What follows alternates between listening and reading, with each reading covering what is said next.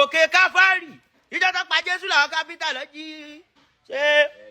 ẹ̀rí kó tí ẹ̀rí gbé. àìjẹsẹ̀ ṣé àwọn pípù yẹn ti tọrọ àìjẹsẹ̀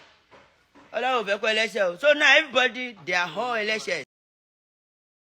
ebi pa mẹ̀kúnnù epo wọn oyin burúkú yìí ìdí Bobrisky ló tún rọjú mọ́ yín everybody wá ń jáde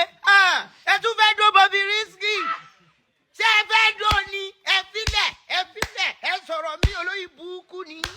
ẹ sọ̀rọ̀ mí ojú Bobrisky ìyọyún ẹ gbogbo díẹ̀ ọkùnrin dẹ̀ ni kò lè dóyin olóyin burúkú wọ́n fẹ́ testify lóòótọ́ normal they dey fight government say government go keep Bobrisky for apartment ẹ jọ̀dọ̀ Ọlọ́run ṣé kọ́ lọ fi sí ẹ̀wọ̀n àwọn ọkùnrin ni àbẹ̀wọ̀n obìnrin kọ́dọ̀ díẹ̀ ṣé tó bá fi sí ẹ̀wọ̀n ọkùnrin ṣé wọ́n ò ní yà díẹ̀ tó bá wá fi sí ẹ̀wọ̀n obìnrin wọ́n máa lábò ẹ̀ wọ́n máa lákò ẹ̀ torókó lóní so wọ́n ní láti dá ẹni ẹ̀gbin ni inú ilé ẹ̀gbin ló máa fi sí ibi ẹ̀gbin ló máa fi sí kò tún ṣèyàn mọ́ ó ti dẹ bọ́ra ọ̀run ó kọ́ wà láyé ni ó kọ́ gbáyé ni now you no be woman you no be man where they go put you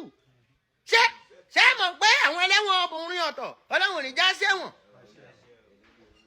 ṣáàdì ẹlẹ́wọ̀n ọ̀tọ̀ ni tó bí fi ọkùnrin sí ọ̀tọ̀ níbi tí wọ́n dẹ̀dẹ̀ pú mà now ó wá sọ fún mi pé kọ́ á fi sí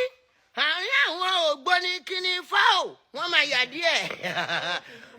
afẹ́fẹ́ máa fẹ́ wọ́n máa rí fùrọ̀ ẹ̀ ti yẹ àwọn ògbóni kíní fáwọ̀